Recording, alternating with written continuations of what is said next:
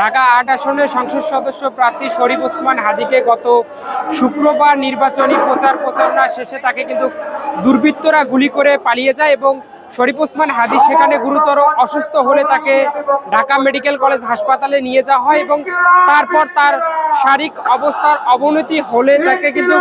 রাজধানীতে বেসরকারি হসপিটাল রয়েছে এভার কেয়ার, সেখানে নিয়ে যাওয়া হয় উন্নত চিকিৎসার জন্য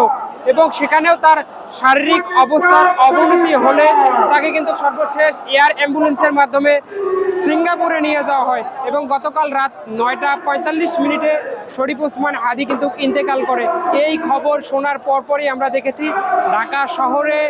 বিক্ষুব্ধ জনতা কিন্তু ক্ষোভে ফেসে পড়ে এবং শরীফ ওসমান হাদীর উপর যারা হামলা করেছেন সে সকল হত্যাকারীদের দ্রুত গ্রেপ্তারের দাবিতে কিন্তু গতকাল রাত্রেই তারা শাহবাগে মিছিল নিয়ে এসেছিল এবং এখন পর্যন্ত তারা এই শাহবাগে অবস্থান করছে এবং আজকে আমরা দেখতে পাচ্ছি জুম্মার নামাজের পর এই শাহবাগ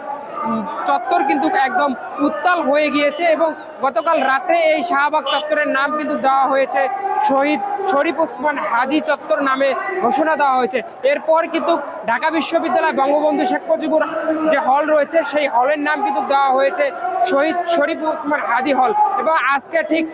সন্ধ্যা 6টায় শরীফ ওসমান হাদীর যে লাশ সেটি কিন্তু বাংলাদেশে আসার কথা রয়েছে এবং আগামীকাল মানিক মিয়া এভিনিউতে শরীফ ওসমান হাদীর যে প্রথম জানাজা সেটি কিন্তু আনুষ্ঠানিকভাবে হবে এবং এরপরেই তার লাশ হয়তোবা গ্রামের বাড়িতে নিয়ে যাওয়া হবে এমনটি কিন্তু আমরা জানতে পেরেছি এবং এখানে যারা উপস্থিত হয়েছেন সকলেই কিন্তু স্লোগান দিচ্ছেন তুমি কে আমি কে হাদী হাদী এমন স্লোগানে কিন্তু মুখরিত করছে। যদি আপনাদের একটু দেখানোর চেষ্টা করে দেখতে পাচ্ছেন পিছনের যে অবস্থা সেখানে পুরো জায়গাটিতেই যে রাজনৈতিক দলের নেতাকর্মীরা এসেছেন তারা মিছিল নিয়ে এখানে এসেছেন, তারা বলছেন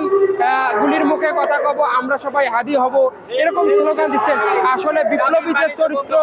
হাদীর সেই চরিত্র কিন্তু তারা তুলে ধরার চেষ্টা করছে এবং হাদীর যারা প্রকৃত হত্যাকারী তাদের যেন দ্রুত বাংলার জমিনে ফিরে এনে হত্যা করা হয় সে বিষয়টি কিন্তু নিশ্চিত করছেন তারা। এবং একটা বিষয় জানিয়ে রাখি, গতকাল রাত্রে শরীফ ওসমান হাদীর মৃত্যুর সংবাদ ছড়িয়ে পড়ার পর বেশ কিছু অনাকাঙ্ক্ষিত ঘটনা ঘটেছে। সেটি হচ্ছে শরীফ ওসমান হাদীর মৃত্যুর সংবাদ শোনার আমরা দেখেছি যে ডেইলি স্টারে অগ্নিকাণ্ড হয় এবং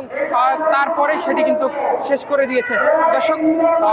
সরাসরি আপনাদের আমি জানানোর চেষ্টা করছিলাম শাহবাগ চত্বর থেকে শরীফ ওসমান হাদীর যে হত্যাকারী এবং ভারতের যে আগ্রাসন সেই আগ্রাসন বিরোধের প্রতিবাদে যে আজকের সমাবেশ সেই সমাবেশ থেকে।